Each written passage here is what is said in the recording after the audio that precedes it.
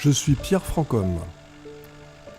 Je vous propose de m'accompagner dans ma nouvelle aventure, la renaissance de la lavande historique du Quercy.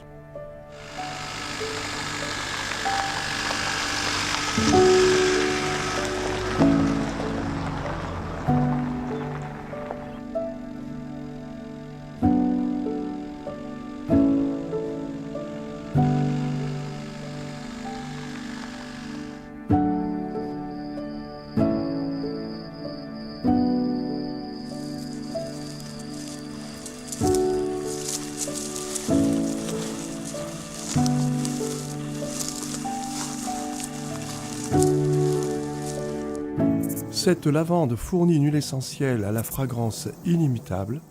Elle a connu son âge d'or au XXe siècle avant de disparaître malheureusement à la fin des années 70.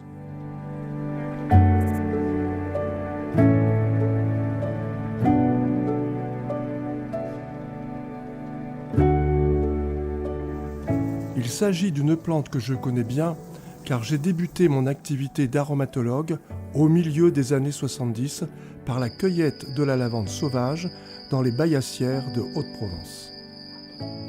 C'est d'ailleurs dans ces biotopes arides et calcaires qu'une variété de lavande appelée Delphinensis a été sélectionnée et a trouvé un terroir propice dans les cosses du Quercy. Disparu ? Non, pas tout à fait, car il reste perdu dans le COS des parcelles où elle a survécu et prospéré à l'état sauvage. Une chance pour son renouveau. Tiens, nous allons regarder de plus près cette lavande. Il s'agit bien sûr de la fameuse variété Delphinensis qui a été implantée ici dans les années 1920. La culture s'est arrêtée aux alentours des années 70. Et depuis lors, cette lavande pousse à l'état sauvage. C'est devenu une lavande qui s'entretient, qui se multiplie par elle-même. Lorsque tu le sens, c'est bien sûr de la lavande, mais elle a une fragrance tout à fait particulière et unique. À l'époque, elle était appelée lavande royale du Quercy, qui est la lavande historique.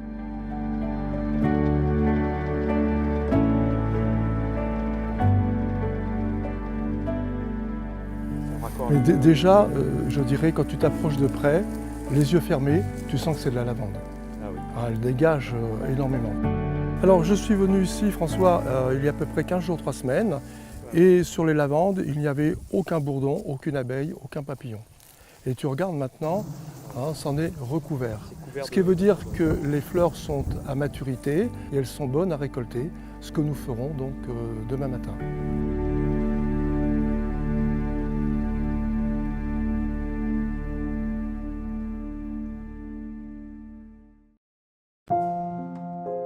C'est le petit matin.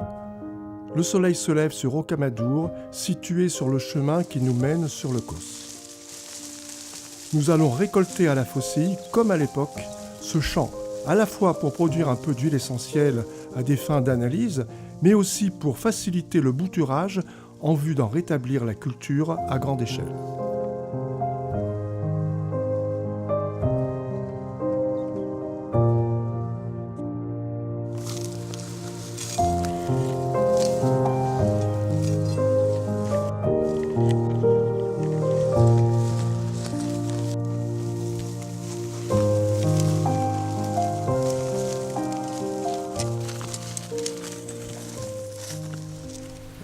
Tu connais à peu près l'âge de cette ancienne plantation? Sur la commune, il en reste 2 vieilles plantations qui ont été celle-ci, je pense, dans les années 50. Elle est plus récente. Et puis il y en a une qui est vraiment un peu la plantation d'origine, ce qu'ils appelaient leur plantier. Ils allaient arracher les plants pour refaire des cultures en ligne. Puisque là, voilà, celle-là, c'était sûrement à l'origine un champ cultivé en ligne. Après, ça repoussait partout, et puis voilà, elle s'est ressemée, elle s'est parfaitement adaptée à ce terroir et à ce sol Enfin, ce sol. Je ne sais pas si on peut parler de sol parce qu'en fait, il hein.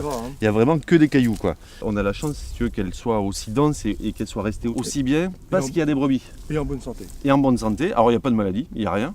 Et puis, c'est les brebis qui ont permis de retrouver ça aujourd'hui. S'il n'y avait pas eu de brebis, ces champs de lavande, je suis à peu près sûr qu'ils auraient quasiment disparu.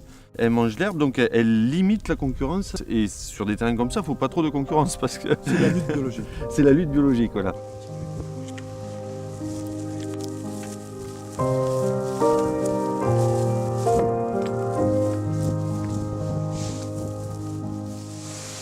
Donc toute cette lavande, lorsqu'elle va être distillée, va donner donc une huile essentielle comme principale propriété, compte tenu de son profil chimique, puisque une huile essentielle est active par ses différents composants. Et la lavande, nombre de composants, c'est gigantesque, puisque, y compris les petits choyas, comme on dit, il y a à peu près 1100 composants différents. Et certains d'entre eux sont à taux très élevés, comme l'acétate de lévolinalyle, qui a des propriétés puissamment sédatives et antispasmodiques.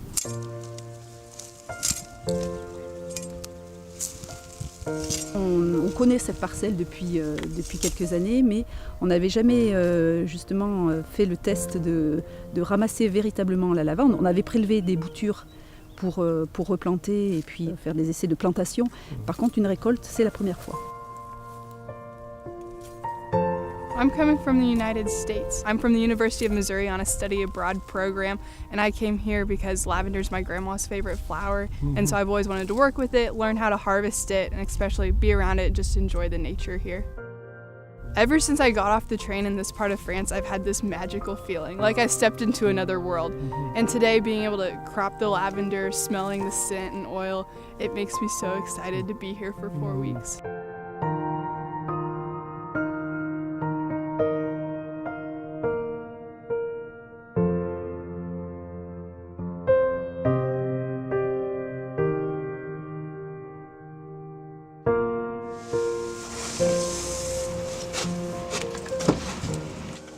Nous sommes arrivés à la distillerie.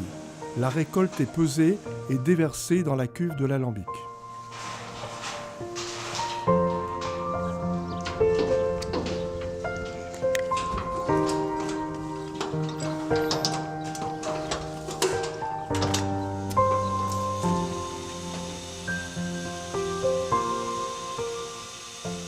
Les bulles que vous voyez remonter en surface sont en fait des gouttelettes d'huile essentielle qui viennent former ce disque jaune d'or qui surnage dans l'essentiel et que nous allons pouvoir récupérer.